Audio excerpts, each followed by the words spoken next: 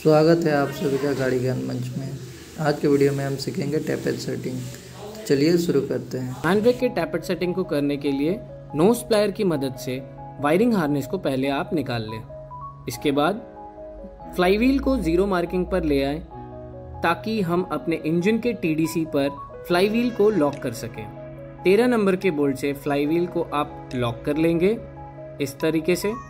इसके बाद आप कैम शाफ्ट को कैम लॉकिंग टूल से लॉक करेंगे। ध्यान रखें सिर्फ और सिर्फ फर्स्ट राउंड में ही कैम लॉक होता है और फ्लाईव्हील लॉक होती है। सेकेंड राउंड पर सिर्फ फ्लाईव्हील लॉक होगी। याद रखें 1, 2, 4 और 5। सेकेंड राउंड TDC के बाद आपको 3, 6, 7, 8 नंबर के रॉकर को करना है। 3, 6, 7 और 8 नंबर के रॉकर को। इसके बाद एग्जॉस्ट के फर्स्ट नंबर रॉकर आर्म को हम सेट करेंगे।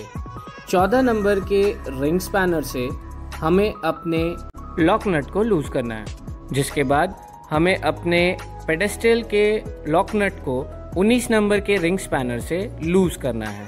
ध्यान रखें दोनों ही लॉक नट्स को हमें पूरी तरीके से लूज कर लेना है और फिर एलेंकी के मदद से हम अपने नट्स को लूज करेंगे। तो पहले हम पेडेस्ट्रियल के नट्स को लूज करेंगे और उसके बाद एग्जॉस्ट के रॉकर आर्म के नट्स को लूज करेंगे। नट्स को लूज करने के बाद गेज की मदद से हम अपने एग्जॉस्ट रॉकर आर्म और ब्रिज के बीच 0.70 mm के गेज को लगाएंगे और फिर हल्के हल्के हाथों से एलेंकी के मदद से उसे टाइट करना शुरू करेंगे। ध्यान रखें आपको 2 फिंगर्स से एलेंकी को धीरे धीरे टाइट करना है। एक्स्ट्रा टाइट करने पर वाल्व के स्प्रिंग दबने शुरू हो जाते हैं। हमें सेकेंड लॉक तक ही अपने एलेंकी को टाइट करना है। एक्स्ट्रा टाइट करने से वाल्व के ऊपर एक्स्ट्रा प्रेशर आएगा जिससे वाल्व स्टैंपिंग हो सकती है। तो सेकेंड लॉक तक हमें इसे सिर्फ टाइट करना है। इसके बाद 0.7 mm के गेज को आप निकालोगे तो आपको ये टाइट महसूस होगा और ब्रिज पर आपको किसी भी तरीके का गैप नहीं दिखेगा। अब हमें अपने पेडेस्ट्रियल के ऊपर 0.50 mm के गेज को लगाना है, जो हमें ब्रिज और पेडेस्ट्रियल के बीच में डालना है।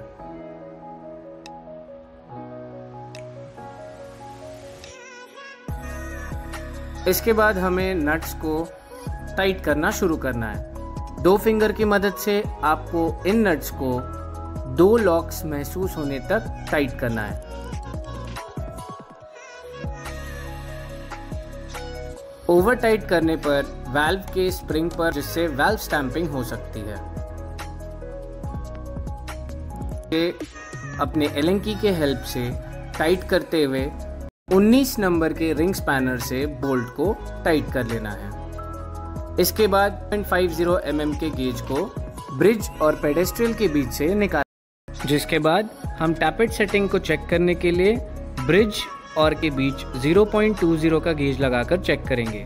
ध्यान रखें और रॉकर के बीच 0.20 का गेज फ्री मूवमेंट होना चाहिए और रोलर और कैम के बीच 0.20 कोई भी गेज नहीं जाना चाहिए।